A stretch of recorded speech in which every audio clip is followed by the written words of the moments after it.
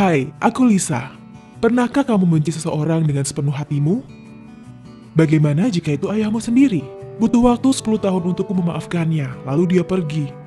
Hari ini aku berumur 18 tahun, hari yang tidak akan pernah aku lupakan. Ketika aku berumur 6 tahun, aku mulai sekolah. Segalanya terlihat keren. Aku tahu banyak anak tidak suka sekolah, tapi aku suka. Ayah akan mengantar jemputku sekolah dan ibu membuatkanku makan siang yang enak. Sepulang sekolah, aku berlatih dalam grup pemandu sorak. Walaupun ibuku selalu menentangnya. Karena dia pikir ini akan sedikit sulit untuk anak kecil sepertiku dan aku bisa melukai diriku sendiri. Jadi ini adalah rahasiaku dan ayah. Ayah akan membelaku dan mengatakan kami pergi ke bioskop sehingga ibu tidak tahu. Ayah selalu mengatakan aku memiliki masa depan yang cerah. Aku pun berlatih diam-diam. Pada ulang tahunku ke-7, ayah memberikanku sepasang pom-pom dan aku harus menjelaskan pada ibu. Awalnya ibu sangat marah. Lalu aku perlihatkan beberapa atraksi dan dia pun menangis. Katanya kami melakukan hal yang benar, yaitu tidak mendengarkan larangannya. Kami adalah keluarga yang bahagia, namun segalanya berubah. Ayah mulai pulang telat, dan dia sedih sepanjang waktu. Ayah dan ibu mulai tidur di kamar berbeda. Mereka tidak bertengkar, tidak tertawa, dan berpelukan atau menggoda satu sama lain seperti sebelumnya. Aku tidak mengerti apa yang sedang terjadi. Akhirnya aku berulang tahun ke-8 dan segala yang aku inginkan adalah ayah bisa lebih dekat pada kami dan mencintai ibu dan aku seperti sebelumnya. Tetapi sehari sebelum ulang tahunku, ayah tidak menjemputku sekolah. Aku menunggunya selama 1 jam, kemudian pulang ke rumah sendirian. Lalu aku melihatnya berjalan di depanku dengan seorang wanita yang aku tidak tahu. Dia berhenti untuk mencium dan memeluk wanita itu di persimpangan, lalu wanita itu pergi. Ayah tidak melihatku. Aku menyaksikan semua itu. Ayah sudah berbohong kepada kami. Dia menyukai wanita lain dan terus menemuinya diam-diam. Aku berlari ke arahnya dan berteriak pengkhianat padanya. Lalu berlari pulang ke rumah.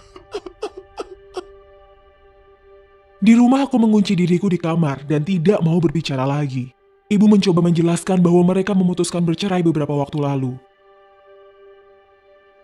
Mereka tidak bertengkar, dan ini terjadi begitu saja. Mereka ingin memberitahuku setelah pesta ulang tahunku, supaya aku tidak bersedih di hari itu. Ayahku meninggalkan ibu demi wanita lain.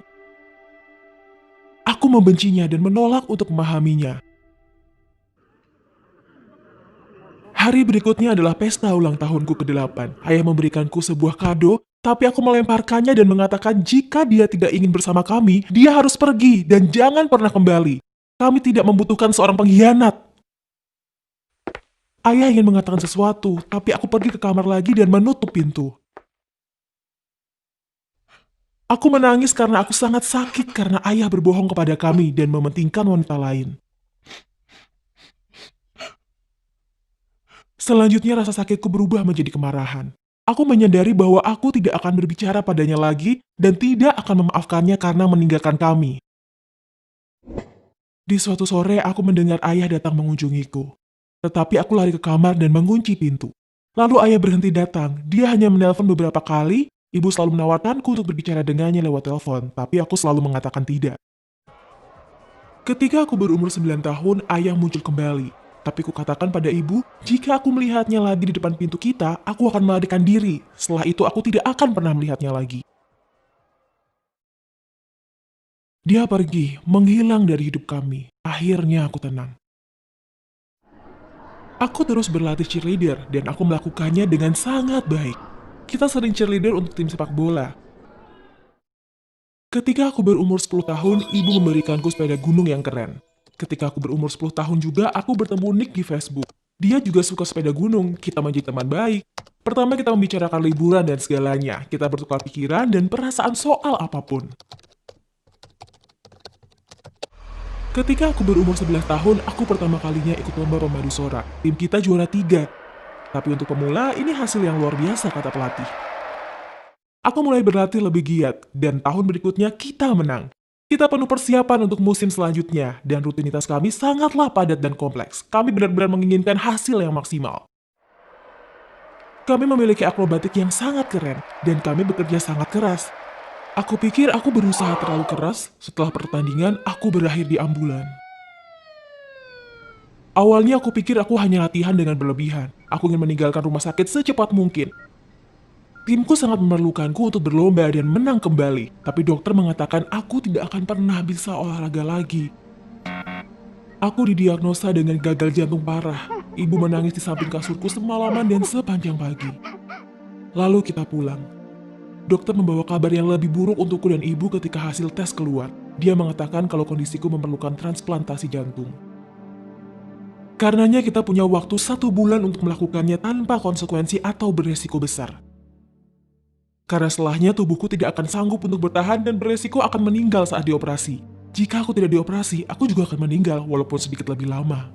Aku ketakutan, tidak tahu apa yang harus aku lakukan. Aku masuk daftar tunggu untuk transplantasi jantung, aku harus menunggu pendonor yang cocok dan uang untuk operasi.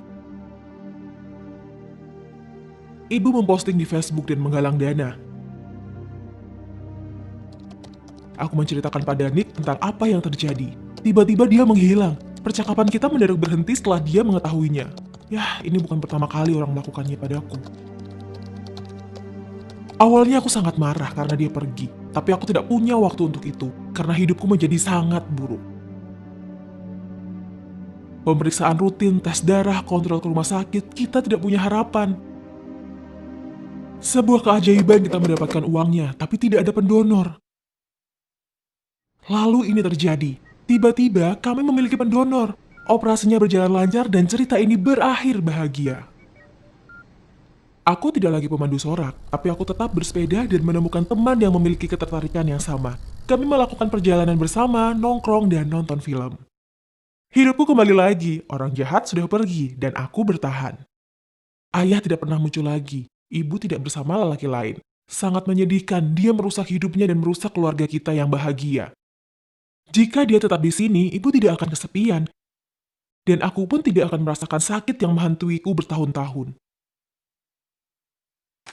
Aku tetap membenci ayah, tapi berhenti menceritakannya pada ibu.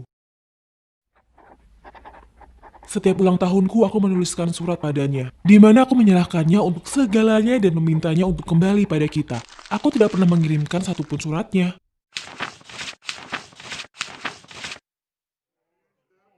Hari ini adalah ulang tahunku. Aku 18 tahun. Kali ini aku memutuskan untuk tidak menulis apapun kepada ayah. Kupikir sudah cukup. Pada ulang tahunku, aku bersyukur memiliki keluarga dan teman yang selalu ada di sini selama 10 tahun. Dan tidak ada pengkhianat di hidupku. Dan aku mengatakannya ke semua orang.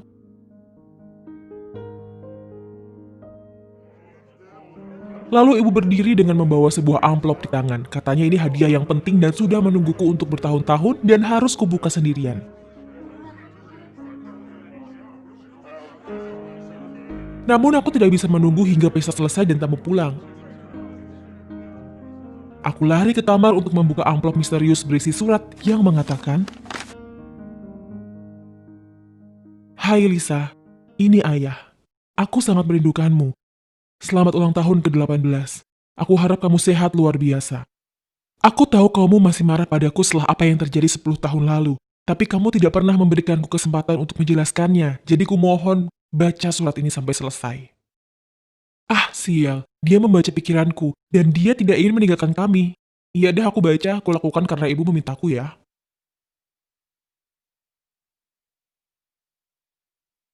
Aku terus membacanya. Ketika kamu 8 tahun, aku meninggalkanmu dan ini karena satu-satunya jalan. Setengah tahun yang lalu, aku dan ibu sadar kalau kita tidak saling mencintai satu sama lain seperti sebelumnya. Aku bertemu cinta monyetku dan kami jatuh cinta lagi seperti remaja. Ketika aku mengetahui dia sekarat karena kanker darah, aku ingin untuk menghabiskan waktu sebanyak-banyaknya dengannya dan sebisa mungkin. Ibu dan ayah berencana untuk berpisah ketika kamu lebih tua, tapi ini terlalu cepat. Kamu belum siap untuk menerima situasinya. Aku mengerti dan tidak memaksamu untuk memaafkanku. Tapi aku tidak pernah meninggalkanmu. Ingat sepeda kado ulang tahunmu ke-10? Dan Nick, lelaki yang kamu ajak ngobrol? Maafkan aku, itu adalah aku. Ya, aku berpura-pura karena kamu tidak akan bicara padaku. Ibumu tahu, jangan marah padanya, dia mencintai dan mendoakan. Aku pergi ke setiap perlombaanmu dan hadir ketika kamu dibawa ke rumah sakit. Ibumu dan aku mulai mengumpulkan donasi untuk operasi, Aku menjual mobil dan rumahku. Sekali lagi aku ada di dalam situasi di mana seseorang yang aku cinta berada dalam masalah besar. Cinta monyetku di masa kecil sudah meninggal, tapi aku tidak bisa kehilanganmu juga. Ketika ibumu mengatakan dia berpikir untuk memberikan jantungnya jika tidak ada pendonor, aku memutuskan seharusnya itu aku yang memberikan jantungku kepada orang terpenting di hidupku.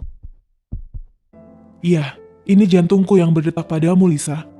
Inilah kenapa Nick tidak berbicara padamu dan aku tidak mengganggumu dengan kehadiranku.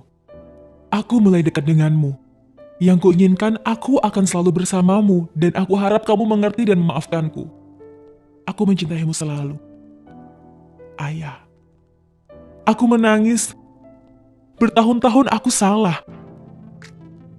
Ayah mencintaiku dan aku keras kepala menolak untuk mendengar apapun. Aku terus menulis pesan kemarahan dan menyalahkan, bahkan dia tidak bisa membacanya sekarang. Kuharap aku dapat berbicara dengannya sebelum ini terjadi. Aku harap ayah mau menerimaku dan mencintaiku apa adanya. Dan ternyata itulah yang dia lakukan selama ini. Itu aku yang mendorongnya pergi dan tidak ingin melakukan apapun dengannya. Aku tidak bisa mengubah masa laluku, tapi aku tahu kalau aku tidak mau membuang waktuku dengan merasa terpojokan dan marah. Aku ingin hidup dengan bahagia, merasa bersyukur kepada ayah karena memberikanku kesempatan kedua untuk melakukannya. Terima kasih ayah, untuk jantungmu yang sekarang berdetak di dalamku. Apakah kamu pernah merasa marah kepada keluargamu dan tidak bisa melupakannya dalam waktu yang lama? Jangan lupa untuk subscribe, tekan tombol notifikasi supaya tidak kelewatan video selanjutnya. Jangan lupa untuk like dan bagikan ke teman-temanmu. Aku akan sangat bahagia. Semoga harimu menyenangkan.